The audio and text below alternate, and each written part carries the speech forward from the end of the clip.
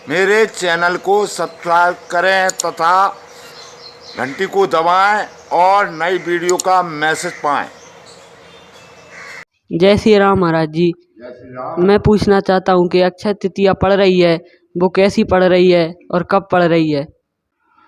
आइए, आपका बहुत बहुत स्वागत है। आपने जो प्रश्न किया है कि अक्षय तृतीया कब है और इसमें क्या क्या करना चाहिए, तो देखिए, इस वर्ष सन 2023 संवत 2080 वैशाख शुक्ल पक्ष में अक्षय तृतीया मनाई जाएगी, जो कि 22 तारीख में पड़ रही है, यानी कि 22 अप्रैल 2023 में।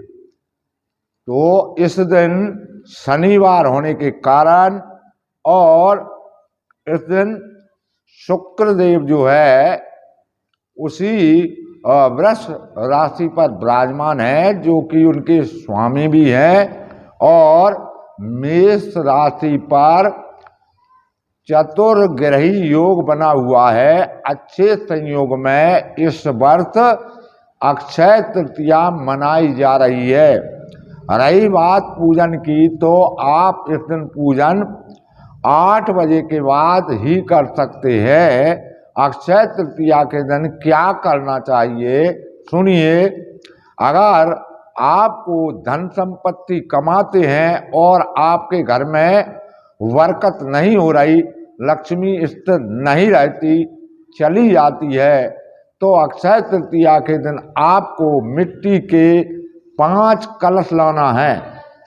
5 कलश ला करके उन पर पंच पल्लव रखना है, 5 तरह के पत्ते रखना है, और 5 तरह के पत्ते रखकर उनके ऊपर श्रीफल अथवा किसी कटोरी से उनके ऊपर ढक दिए जाते हैं। और लक्ष्मी नारायण भगवान विष्णु जी की पूजन करना चाहिए, और उन कलश की भी वरुण देव की पूजन करना चाहिए। इसमें जो है इस दिन श्री गंगा जी महारानी का अवतरण हुआ था। इस दिन का किया हुआ कार्य कभी निष्फल नहीं जा सकता है। इस दिन दान पुण्य करने का बड़ा महत्व है। इस दिन गंगा में स्नान करने का बहुत बड़ा महत्व है। इस दिन शीतल जल दान करना चाहिए। ऐसा दान करने से जिस किसी भी वर की, यानी वर की शादी नहीं हो रही, लड़का की शादी नहीं हो रही, बच्ची की शादी नहीं हो रही, तो क्या करना चाहिए? थोड़ी सी पीली सरसों ला करके अक्षय तृतीया के दिन एक लाल कपड़ा लेकर पीली सरसों रखकर उसकी भी पूजन करके उसमें बांध करके रख देना चाहिए। ऐसा करने से कन्या का जल्दी विवाह होता है। और अगर बालक यानी वर के विवाह में शादी में अवरोध आ रहा है, तो सेंधा नमक लाइए, सेंधा नमक रख करके उसकी भी पूजन करिए। आप उस नमक को खाना नहीं चाहिए, उस नमक को भी अपने घर में लाल कपड़ा में बांधकर रख लेना चाहिए। तो इस वर्ष की जो अक्षय तृतीया है, इस दिन परशुराम भगवान का भी अवतार हुआ था, तो इस दिन परशुराम जन्मोत्सव भी है। तो उस दिन कई अच्छे योग बने हुए हैं, जैसे सौभाग्य योग, सर्वथा सिद्धि योग और रवि योग और शोभन योग आदि बने हुए हैं। इस दिन लक्ष्मी नारायण भगवान की विधिवत पूजन करने से मन की कामना पूर्ण होती है। और मिट्टी के जो कलश हैं उनकी भी पूजन की जाती है। कुबेर देवता की भी पूजन की जाती है। इस दिन तर्पण आदि भी किया जाता है।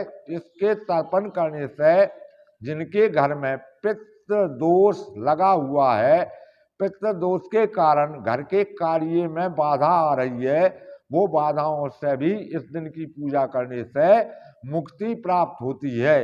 बाधाएं मिट जाती हैं, पितृदेव प्रसन्न हो जाते हैं। अक्षय तृतीया के दिन अगर आप कोई सा नया कार्य कर रहे हैं, मांगलिक कार्य कर रहे हैं तो कर लीजिए। आपका इस वर्ष क्या है, लगन न होने के कारण फेरा पाड़ने में हिंदू धर्म मान्यता अनुसार पान ग्रहण संस्कार नहीं बताया गया है। बाकी सारे कार्य इस दिन आप कर सकते हैं। नए घर का निर्माण, गृह प्रवेश, नलकूप आरंभ आदि भी आप इस दिन आप कर सकते हैं। सभी मुहूर्त बने हुए हैं।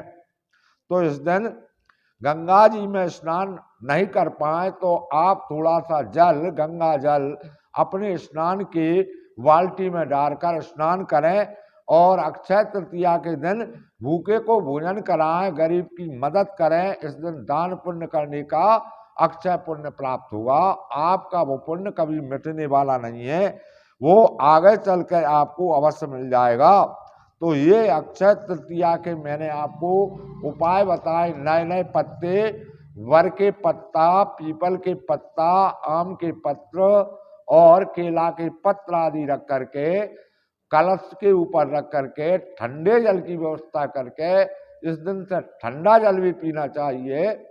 तो इस दिन जो है भगवान भुवन भास्कर सूर्य देव जो है वे मेष राशि में रहेंगे और अक्षय तृतीया के दिन चंद्रदेव वृष राशि में रहेंगे। तो शुक्र भी उसी राशि में विराजमान है, इसलिए यह संयोग अच्छा बना हुआ है।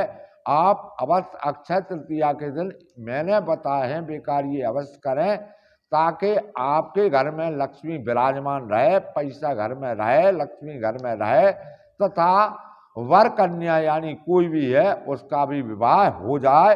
इस दिन अबूझ मुहूर्त माना जाता है। अक्षय तृतीया उसी को कहती हैं जिसका कभी क्षय न हो अथवा नष्ट न हो, उसी के लिए अक्षय तृतीया कहते हैं। तो मैंने आपको अक्षय तृतीया के पुण्य फल के बारे में बताया। आपका प्रश्न जो है बहुत अच्छा रहा। प्रश्न करने के लिए आपको बहुत बहुत धन्यवाद।